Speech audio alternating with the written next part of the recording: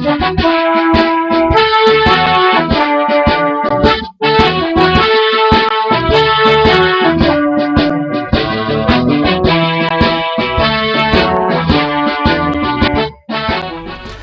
السادة والسادة، السلام عليكم ورحمة الله وبركاته. من تلفزيون جمهورية الصومال لاند أحييكم وأقرأ على حضراتكم النشرة الإخبارية المسائية لهذا اليوم وأبرز ما بها من أنباء.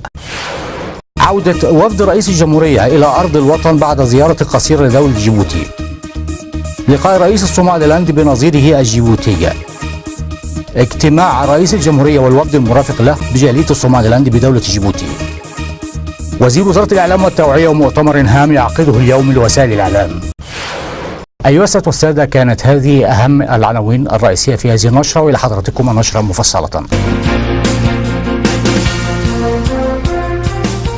وصل اليوم إلى أرض الوطن فخامة موسى بيحي عبدي رئيس جمهورية الصومال لاند والوفد الوزاري الرفيع المرافق له بعد زيارة قصيرة استغرقت يومين إلى دولة جيبوتي.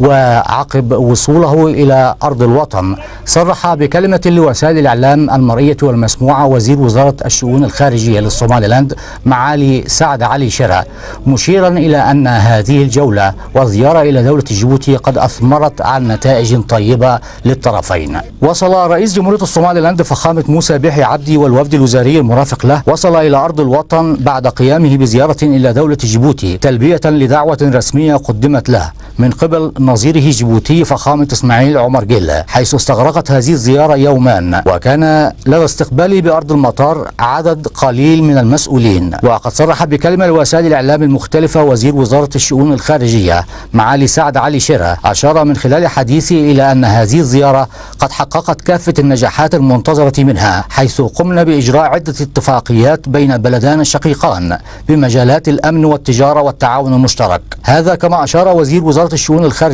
بالصومال لاند من خلال حديثه إلى أن هذه الزيارة كانت لبلدهما الثاني لما للبلدان والشعبان من علاقات أخوية قديمة. التقى رئيس جمهورية الصومال لاند فخامة موسى بيحي عبدي خلال تواجده بدولة جيبوتي برئيس جمهورية جيبوتي فخامة إسماعيل عمر جيلة، وحضر هذا اللقاء عدد من الوزراء بالجانبين.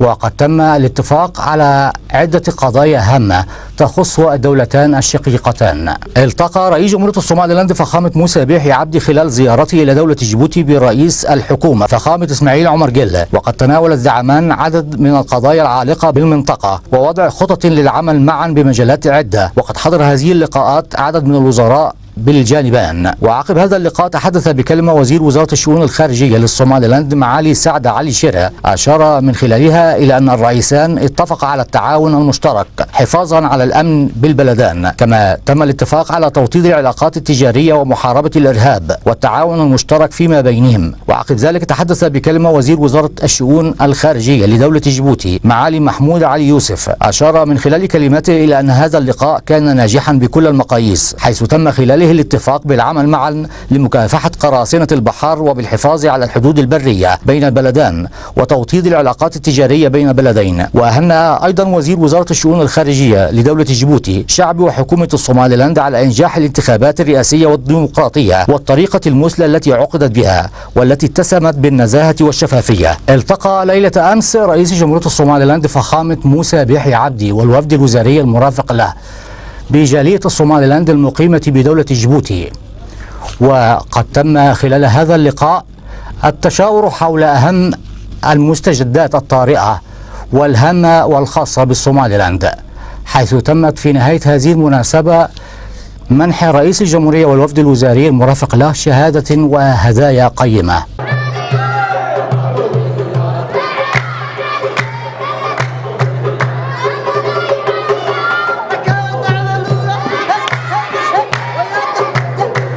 التقى رئيس جمهورية الصومال لاند فخامة موسى بيحي عبدي ليلة أمس والوفد الوزاري المرافق له من خلال زيارته لدولة جيبوتي. التقى بجالية الصومال لاند بجيبوتي من خلال مناسبة موسعة أعدتها الجالية. هذا وقد تحدث بعض من مسؤولي الجالية مرحبين باسم الجالية من خلال حديثهم بهذه الزيارة التي يقوم بها وفد رئيس الجمهورية لبلده الثاني جيبوتي، ومعبرين عن تفاؤلهم بالانتخابات الرئاسية التي وصفوها بالديمقراطية والنزيهة، والتي أسفرت عن فوز المجاهد موسى بيحي عبدي جيبوتي برئاسة الجمهورية. هذا كما تحدث بكلمة سفير الصوماليلاند بجيبوتي سعادة عبد الفتاح سعيد أحمد، أشار من خلال كلماته بمدى امتنان جالية الصوماليلاند بجيبوتي بهذه الزيارة. كما تحدث بكلمة وزير وزارة الشؤون الخارجية للصوماليلاند معالي سعد علي شرها، أشار من خلالها إلى العلاقات الوطيدة التي تجمع الشعبان منذ قديم الأزل، ومشيدا بجهود دولة جيبوتي إلى جانب إخوانهم بالصوماليلاند. كما تحدث بكلمة وزير وزارة التعليم والعلوم بالصوماليلاند معالي ياسين حجي محمود، عبر من خلال كلماته عن امتنانه للاستقبال الحافل من قبل حكومة وشعب دولة جيبوتي. كما تحدث بكلمة وزير وزارة العدل معالي محمود عطية، أشار من خلالها إلى النهضة الشاملة التي شهدتها دولة جيبوتي في ظل رئاسة فخامة إسماعيل عمر جيلة، ومتمنيا لجيبوتي حكومة وشعبا المزيد من التقدم والازدهار. وتحدث بكلمة عقب ذلك فخامة موسى بيحي عبدي رئيس جمهورية الصوماليلاند، شكر من خلال كلمته دولة جيبوتي حكومة وشعبا على حسن الاستقبال، ومشيرا إلى العلاقات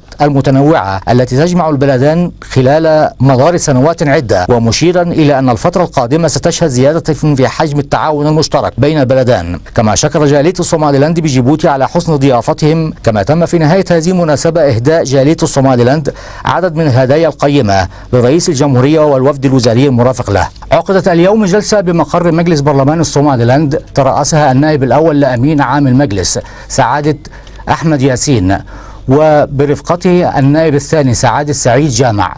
وتم خلال هذه الجلسة الاستماع إلى اللجنة المكلفة من قبل المجلس بمتابعة أحوال مواطني إقليم أوضل. عقدت اليوم بمقر مجلس البرلمان جمهورية الصوماليلاند جلسة اعتيادية بحضور عدد كبير من أعضاء المجلس وبرئاسة النائب الأول لأمين العام المجلس سعادة أحمد ياسين، والنائب الثاني للأمين سعادة سعيد جامع علي. وتم خلال الجلسة الاستماع إلى اللجنة المكلفة بمتابعة أحوال المواطنين بإقليم أوضل، حيث أشار عدد من أعضاء اللجنة إلى أن حالة مواطنين الإقليم مستقرة إلى حد ما، غير أنهم بحاجة ماسة لزيادة حجم المشاريع التنموية لتحقيق أعباء المتقررين. هذا كما أشاروا بجهود شركة شيبة المقامة بالإقليم لتوفير المياه الشرب وحفر الآبار. من جهة أخرى التقت اليوم اللجنة الدائمة بمجلس بوزير وزارة المالية بالصوماليلاند معالي يوسف محمد عبدي، حيث تم الاستماع إليه عن أهم الأعمال المقررة القيام بها لخدمة اقتصاد الوطن. هذا وعقب هذا اللقاء صرح بكلمة لوسائل الإعلام وزير المالية مشيرا إلى أنه كان ناجحا، حيث أشار بهذا الاجتماع لمعرفة كيفية سير الأعمال بالوزارة. عقد اليوم وزير وزارة الإعلام والتوعية بجمهورية الصوماليلاند معالي عبد الرحمن عبد الله فارح قري برواغو مؤتمرا صحفيا بمقر الوزارة لوسائل الإعلام المختلفة، تطرق من خلالها على الأحداث الجارية بإقليم صول والتدخلات التي تقوم بها حكومة دولة جنوب الصومال بالتعاون مع بوتلاند. عقد اليوم وزير وزارة الإعلام والتوعية بجمهورية الصوماليلاند معالي عبد الرحمن عبد الله فارح قري برواغو مؤتمرا صحفيا بمكتب وسائل الإعلام المرئية منها والمسموعة، تطرق من خلالها إلى التعديات المستمرة التي تمارسها حكومة جنوب الصومال على سيادة جمهورية الصوماليلاند لأراضيها. واصفا وزير وزارة الإعلام والتوعية هذه التعديات المستمرة بالمستفزة، ولا بد من وقفة حازمة لمنع تكرارها مستقبلا. هذا كما أشار إلى أن آخر تلك التعديات كان ما تمارسه حكومة الجنوب بمدن ظهر وبرن الهادفة إلى إثارة الفتن والقلقلة بين صفوف المواطنين وحكومتهم، واصفا تلك الأفعال بالصبيانية، بالإضافة إلى زيارة وزير وزارة التخطيط القومي بجنوب الصومال برفقة بعض مسؤولي بونتلاند وعقده اجتماعا غير شرعيا مع بعض عقلاء هذه المدن. هذا ووجه وزير وزارة الإعلام والتوعية بالصوماليلاند تحذيرا شديد اللهجة إلى حكومة جنوب الصومال بعدم المساس مجددا لسيادة الصوماليلاند على أراضيها، لأنها تمتلك جيشا قادرا على الحفاظ على أراضيها. كما ناشد الدول المجاورة والتي تجمع الصوماليلاند بها علاقات جيدة بمتابعة هذه الحالة من الفوضى والتوتر، والتي تسعيان دوما كل من دولة جنوب الصومال ودولة بونتلاند داخل حدود الصوماليلاند، ومشيرا إلى أن جمهورية الصوماليلاند لا تسعى إلى حل تلك الخلافات بالمواجهة العسكرية على الرغم من قدرتها وثقتها بقواتها المسلحة، بل تفضل التعايش بأمن وسلام واحترام سيادتها على أراضيها. التقى اليوم نائب وزير وزارة الشؤون الداخلية بجمهورية الصوماليلاند سعادة محمد موسى ديرية بكافة مسؤولي القرى والمديريات التابعة لإقليم هرجيسة. وهدف هذا اللقاء من أجل التشاور حول تثبيت الدعائم الأمنية وتوفيرا لكافة احتياجاتهم للحفاظ على الاستقرار بالوطن. التقى اليوم نائب وزير وزارة الشؤون الداخلية بجمهورية الصوماليلاند سعادة محمد موسى ديرية بمقر مكتب محافظ إقليم هرجيسة بكافة مسؤولي المناطق والمدن التابعة للإقليم. وهدف هذا اللقاء من أجل الاطلاع على حاجاتهم الضرورية والعمل عليها لتوفيرها للتأكد من استقرار الأمن بها وحفاظا على سلامة المواطنين. هذا وقد تحدث بكلمة نائب محافظ إقليم هرجيسة أشار من خلال حديثه إلى أهمية مثل تلك اللقاءات من أجل التواصل معا والعمل على تطبيق سياسة وزارة الشؤون الداخلية بالصوماليلاند.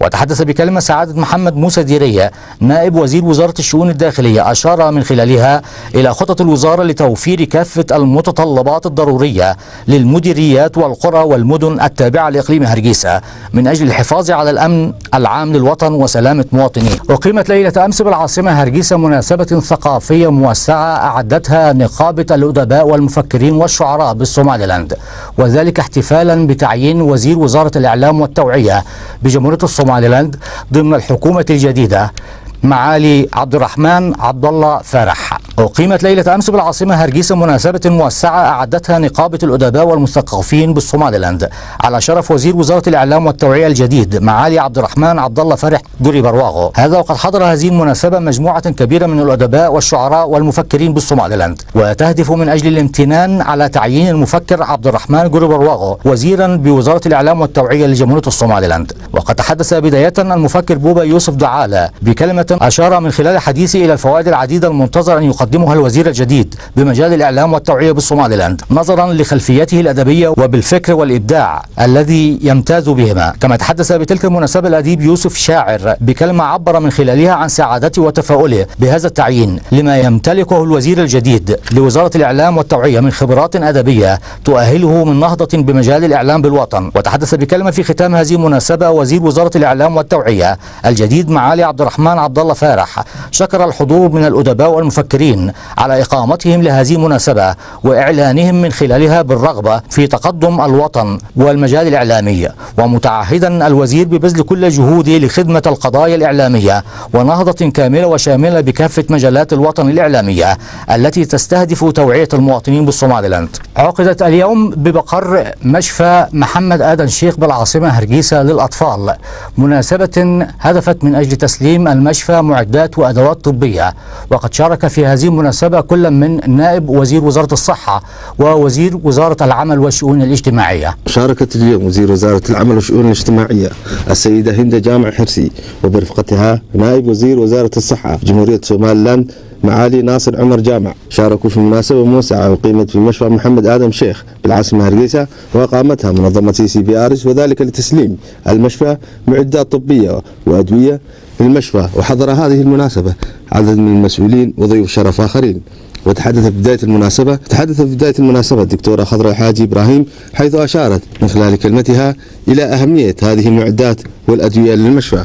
وتحدث أيضا مدير هيئة CCBRS السيد عيدروث خليف حيث قال إن هذه المساعدات لن تكون الأخيرة من ناحية الصحة. وتحدث أيضا وزير وزارة العمل والشؤون الاجتماعية حيث رحبت بهذه المساعدات التي قدمت من منظمة CCBRS، وشكرت منظمة UNHCR على هذه المساعدات والتي وكلتها لمنظمة CCBRS. وتحدث أيضا نائب وزير وزارة الصحة سعادة ناصر عمر جامع حيث تعهد نائب الوزير أن يلبي كافة احتياجات المشفى. وشدد الوزير على حرص رئيس جمهورية صوماليلاند على تطوير المنشآت والمستشفيات الصحية في صوماليلاند. أيها السادة والسادة، كان هذا كل من لدينا من أنباء في هذه النشرة. نشكركم على حسن وطيب المتابعة، وإلى لقاء آخر يجمع بيننا. أترككم في أمان الله وحفظه.